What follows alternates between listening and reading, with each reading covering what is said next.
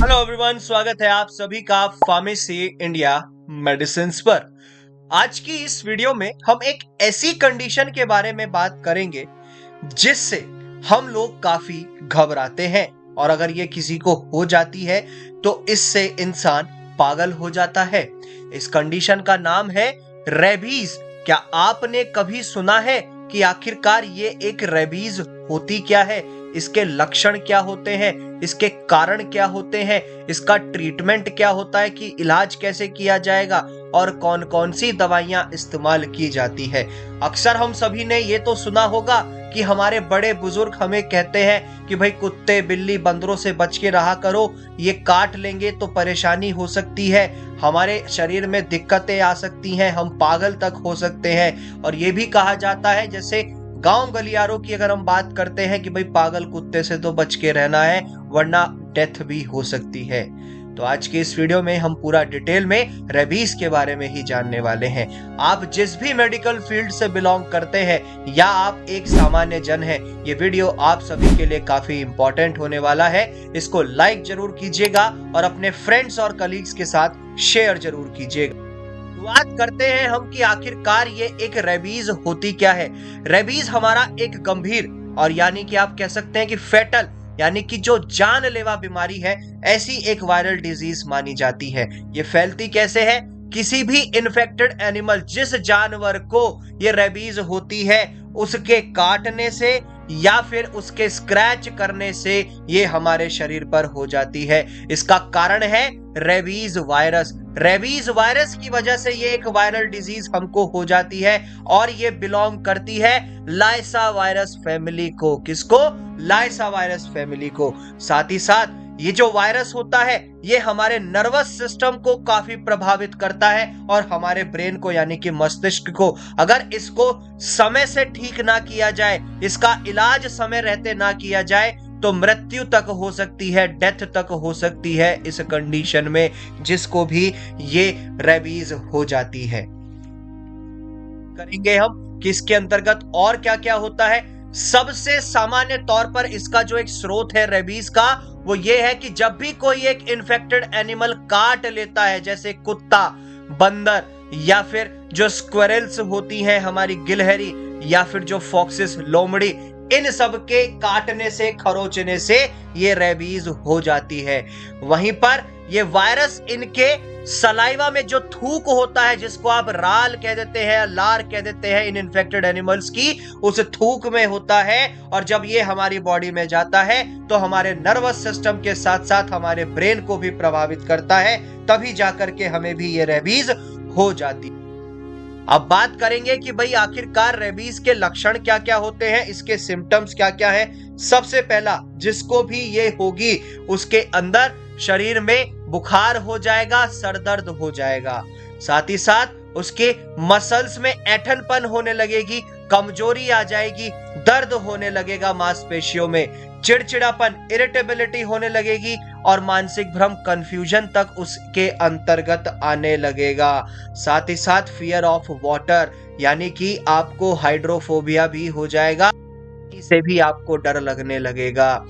Throat pen और difficulty swallowing, आपको गले में दर्द हो सकता है, निगलने में कठिनाई आ सकती है, सांस लेने में काफी परेशानी हो जाती है, जिसको भी रेबीज हो जाती है। ये एक लक्षण है, इसको ध्यान रखिएगा। और आपको पैरालिसिस भी हो सकता है, मसल स्टिफनेस, आपकी मांसपेशियों में अकड़पन या फिर ऐंठनपन भी आ सकता है, लकवा भी आपको हो सकता है, जिसको पक्षाघात यानी कहते हैं। और इसमें आपको बोलने में परेशानी हो सकती है, आपकी बॉडी मूवमेंट अनकंट्रोल्ड हो सकती है, आपका अपने मूवमेंट्स पर कोई काबू नहीं रह सकता, ये कंडीशन भी आ जाती है। और एक मरीज जिसको ये रेबीज होती है वो डीप मेंटल स्टेट में भी जा सकता है, यानी कि कोमा भी हो सकता है, उसको गहरी मानसिक स्थिति में भी जो है बेसिकली गिरना पड़ सकता है। ये सभी लक्षण रेबीज के।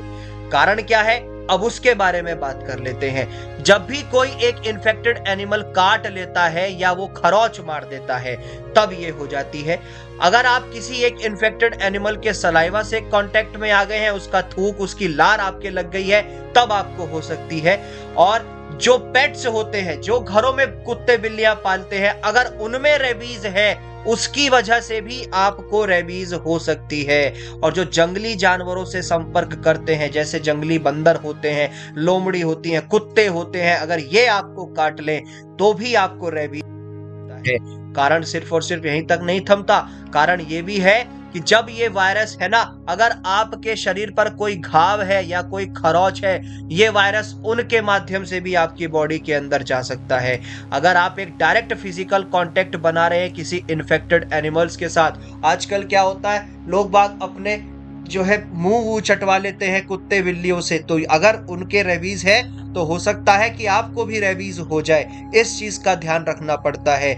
और साथ ही साथ अगर आपको कोई एक रैबिट एनिमल अटैक कर दे, आपको रेबीज संक्रमित जानवरों द्वारा अगर हमला किया गया आपके ऊपर, तब भी आपको रेबीज हो सकती है, कारण बन जाते हैं।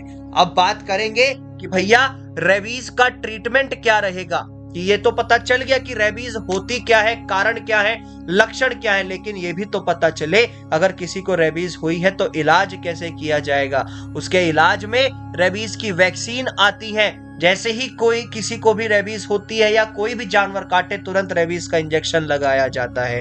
साथ ही साथ अब रेबीज इम्यूनोग्लोब्युलिन यानी कि RIG ट्रीटमेंट ये भी दिया जाता है, जिससे कि इम्यूनिटी बूस्टअप रहे। ठीक है, किसी भी वायरस से अगर लड़ना है तो हमारी इम्यूनिटी बूस्टअप रहनी चाहिए, इम्यूनिटी हमारी प्रॉपर रहनी चाहिए, तभी आप उस बीमारी से। साथ ही साथ एक कंप्लीट सीरीज दी जाती है वैक्सीन की, वो उसकी शुरू करी जाती है। और कोई घाव है उसको अच्छे से साफ किया जाता है और उसको डिसइंफेक्ट भी किया जाता है, जो भी हमारे पास स्पिरिट या फिर हमारे पास जो भी सैनिटाइजर्स होते उनकी हेल्प से। साथ ही साथ जितनी जल्दी ट्रीटमेंट स्टार्ट होगा उतना ही ये प्रभावी होता है। ठीक है, तुरंत के तुरंत आपका इलाज शुरू हो जाना चाहिए। कोई सिम्टम्स यानी कि लक्षण अगर दिखे, तुरंत आपको जो है डॉक्टर के पास जाकर कंसल्ट करना है, तुरंत अपना मेडिकल चेकअप मदद लेनी है डॉक्टर से। साथ ही साथ अगर आपने डिले किया ट्रीटमेंट रेबीज का, इससे आपकी मृत्यु तक हो सकती है। और इसीलिए जल्दी उपचार महत्वपूर्ण होता है। कंडीशन अगर खराब हो गई, परेशानी आ जाएगी। फिर आते हैं कि वो दवाइयां जिनका इस्तेमाल करते हैं हम उपचार में, यानी कि ट्रीटमेंट में, किसके, जो हमारा बेसिकली रेबीज का ट्रीटमेंट होता है, उसके लिए जो ड्रग्स यूज करते हैं हम। सबसे पहली है रेबीज वैक्सीन। कौन सी? Rabies vaccine. उपयोग क्या होगा, ये किस लिए यूज की जा रही है? भैया ये रेबीज वायरस से आपकी बॉडी को बचा कर रखती है, प्रोटेक्ट करके रखती है। डोज की बात करें तो 5 डोज दी जाती हैं, जो कि आपकी हर एक तो जिस दिन काटा उस दिन, फिर तीसरे दिन, फिर 7वें दिन, फिर 14वें दिन और फिर 28वें दिन, ऐसे करके 5 डोज दी जाती हैं। साइड इफेक्ट इतना है कि भाई आपको हल्का बुखार हो सकता है और जहां पर इंजेक्शन लगता है वहां पर आपको दर्द हो सकता है। ठीक है, दर्द हो सकता है। आगे बढ़ते हैं, नेक्स्ट वैक्सीन आती है हमारी रेबीज इम्यूनोग्लोब्युलिन यानी कि RIG। ये भी जो है बेसिकली वायरस के अगेंस्ट आपकी बॉडी के अंदर एंटीबॉडीज जनरेट करती है, जिससे कि आप वायरस से लड़ पाते हैं, आपकी इम्यूनिटी बूस्टअप रहती है। डोज क्या रहेगी? एक सिंगल डोज दी जाती है इसकी, हाई डोज, जो कि डायरेक्टली आपके इन्फेक्टेड एरिया पर इंजेक्ट की जाती है। साइड इफेक्ट्स की बात करें, सर दर्द हो सकता है, बुखार हो सकता है और जहां पर इंजेक्शन लगता है वहां पर सूजन आ सकती है। ये कंडीशन हो सकती है। अब बात करेंगे नेक्स्ट ड्रग की, जो कि है हमारी एंटीबायोटिक्स भी दी जाती हैं। कई एंटीबायोटिक्स आते हैं, ये बैक्टीरियल इन्फेक्शंस को होने से बचाते हैं। भाई जो घाव है वो इन्फेक्टेड हो जाता है तो वहां पर बैक्टीरिया बैठ जाते हैं, तो उनको दूर करने के लिए कि भाई कोई ज्यादा और सीरियसनेस ना हो जाए। इसकी डोज होती है जो भी डॉक्टर आपको प्रिस्क्राइब करता है, आपकी कंडीशन को देख करके उसके अनुसार लेनी होती है। साइड इफेक्ट्स इतने ही है कि पेट में गड़बड़, स्टमक अपसेट रह सकता है, डायरिया यानी कि दस्त लग सकते हैं, एलर्जिक रिएक्शंस हो सकते हैं आपकी बॉडी में, ये सब आती है। फिर आते हैं पैरासिटामोल पर। आपको पैरासिटामोल भी दिया जाता है। क्यों? अगर बुखार हो गया है या शरीर में दर्द हो रहा है किसी जानवर के काटने के बाद रेबीज में, तब आपको ये पैरासिटामोल रेकमेंड किया जाता है। डोज हर 4 से 6 घंटे में 500 से 1000 मिलीग्राम दी जाती है और डिपेंड करता है डॉक्टर के इंस्ट्रक्शन पे भी कि भैया आपको डोज एक्यूरेट दी कितनी जानी है। साइड इफेक्ट्स की बात करें तो लीवर इश्यूज हो सकते हैं, एलर्जिक रिएक्शंस हो सकते हैं, आपके पेट में दर्द हो सकता है, स्टमक पेन हो सकता है। आज के इस वीडियो में हमने पूरा डिटेल में जाना रेबीज के बारे में। इसी तरीके की मोर अमेजिंग वीडियोस के लिए बने रहें फार्मेसी इंडिया मेडिसिन के साथ। जाते जाते डाउनलोड करें pharmacy India mobile app from the Google play store, उसमें सर्च करें मेडिसिन डिक्शनरी, आपको कंप्लीट दवाइयों से संबंधित, बीमारियों से संबंधित A to Z इंफॉर्मेशन मिलेगी। और आप हमारे साथ जुड़ सकते हैं फेसबुक, इंस्टाग्राम और टेलीग्राम चैनल्स के थ्रू। लिंक्स आपको नीचे डिस्क्रिप्शन में दिए गए हैं, उनके माध्यम से फॉलो कर सकते हैं। इसी तरीके की मोर अमेजिंग वीडियोस के लिए बने रहिए फार्मेसी इंडिया मेडिसिन के साथ और जाते जाते चैनल को सब्सक्राइब करना ना भूलें।